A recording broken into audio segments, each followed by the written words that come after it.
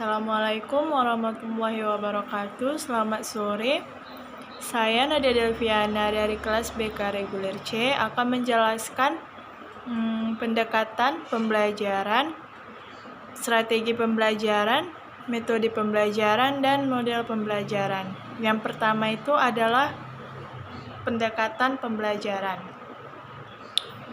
Pendekatan pembelajaran dapat diartikan sebagai titik tolak atau sudut pandang kita terhadap proses pembelajaran yang merujuk pada pandangan tentang terjadinya suatu proses yang sifatnya masih sangat umum.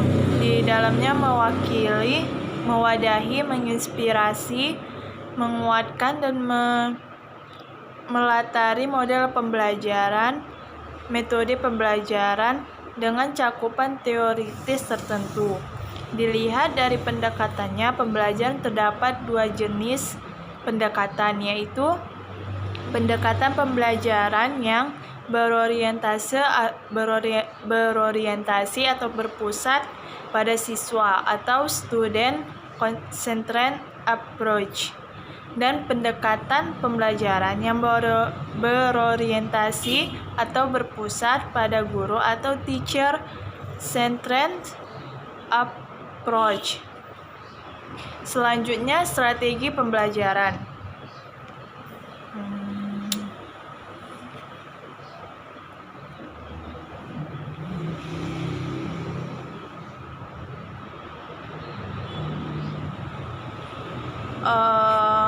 Strategi pembelajaran. Sementara itu, Kemp atau Wina Sanjaya 2008 mengemukakan bahwa strategi pembelajaran adalah suatu kegiatan pembelajaran yang harus dikerjakan guru dan siswa agar tujuan pembelajaran dapat dicapai secara efektif dan efisien. Variabel strategi pembelajaran diklasifikasikan menjadi 3 bagian, yaitu strategi pengorganisasian atau organizational strategi, merupakan cara untuk menata isi suatu bidang studi, dan kegiatan ini berhubungan dengan tindakan pemilihan isi atau materi, penataan isi, pembukaan, diagram, format, dan sejenisnya. Yang kedua, strategi penyampaian atau delivery strategi, merupakan cara untuk menyampaikan pembelajaran pada siswa dan atau untuk menerima serta merespon masukan dari siswa. Yang ketiga, strategi pengolahan atau manajemen strategi, merupakan cara untuk menata interaksi antar siswa dan variabel strategi pembelajaran lainnya. Strategi pembelajaran sifatnya masih konseptual, dan untuk mengimplementasikannya digunakan berbagai metode pembelajaran tertentu. Dengan kata lain, strategi merupakan a plan of operation achieving something, sedangkan metode adalah a way in achieving something atau Wina Sanjaya 2008. Contoh dari strategi pembelajaran adalah strategi cooperative learning atau strategi active learning. Selanjutnya, metode pembelajaran.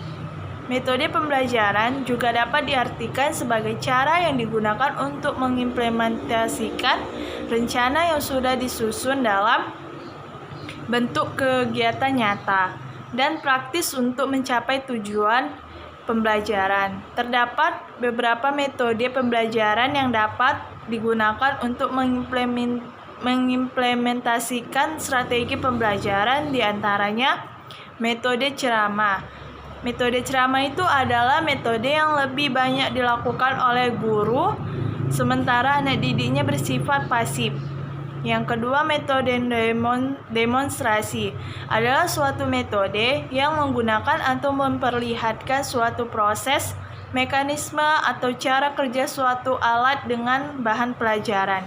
Yang ketiga, metode diskusi adalah metode yang bertujuan untuk memecahkan atau menemukan solusi masalah yang ditemukan dalam mempelajari materi pembelajaran. Yang keempat, metode tanya jawab adalah suatu cara penyajian bahan pelajaran melalui bentuk pertanyaan yang perlu dijawab oleh anak didik. Yang kelima, metode eksperimen adalah metode yang memberikan kesempatan kepada anak didik baik perorangan ataupun per kelompok untuk melakukan suatu percobaan di laboratorium atau lapangan guna membuktikan suatu teori atau menemukan sendiri suatu pengetahuan baru bagi anak didik. Yang keenam, metode pemberian tugas atau resitasi adalah metode yang menugaskan kepada anak didik untuk mengerjakan sesuatu dengan tujuan memantapkan, mendalami, dan memperkarya materi yang sudah dipelajari. Yang selanjutnya, model pembelajaran. Model pembelajaran adalah suatu perencanaan atau suatu pola yang digunakan sebagai pedoman dalam merencanakan pembelajaran di kelas atau pembelajaran dalam tutorial dan untuk menentukan perangkat pembelajaran, termasuk di dalamnya buku-buku, film, komputer, kurikulum, dan lain-lain. Joyke 1992. Selanjutnya, Joyko menyatakan bahwa setiap model pembelajaran mengarah kepada desain pembelajaran untuk membantu peserta didik sedemikian rupa sehingga tujuan pembelajaran tercapai.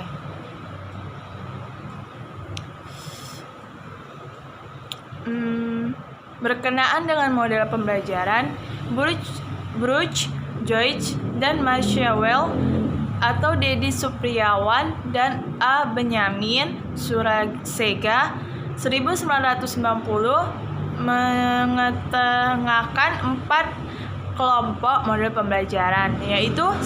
Model interaksi sosial, yang kedua model pengolahan informasi, yang ketiga model personal humanistik, yang keempat model modifikasi tingkah laku. Yang pertama, model interaksi sosial. Model interaksi sosial menekankan pada hubungan personal dan sosialnya kemasyarakatan di antara peserta didik. Model tersebut berfokus pada peningkatan kemampuan peserta didik untuk berhubungan dengan orang lain, terlibat dalam proses-proses yang demokratis dan bekerja secara produktif dalam masyarakat. Selanjutnya, 2. Model personal humanistik. Model personal menekankan pada pengembangan konsep diri setiap individu. Hal ini meliputi pengembangan proses individu dan membangun serta mengorganisasikan dirinya sendiri. Model memfokuskan pada konsep diri yang kuat dan realistis untuk membantu membangun hubungan yang produktif dengan orang lain dan lingkungannya. Selanjutnya, model modifikasi tingkah laku atau behavioral. Model behavioral menekankan pada perubahan perilaku yang tampak dari peserta didik sehingga konsisten dengan konsep dirinya. Sebagai bagian dari teori stimulus respon. Model behavioral menekankan bahwa tugas-tugas harus diberikan dalam suatu rangkaian yang kecil, berurutan, dan mengandung perilaku tertentu. Baiklah, sekian dari penjelasan materi saya. Apabila ada kekurangan, saya mohon maaf dan saya mohon ampun kepada Allah Subhanahu wa taala. Sekian dan terima kasih. Assalamualaikum warahmatullahi wabarakatuh. Selamat sore.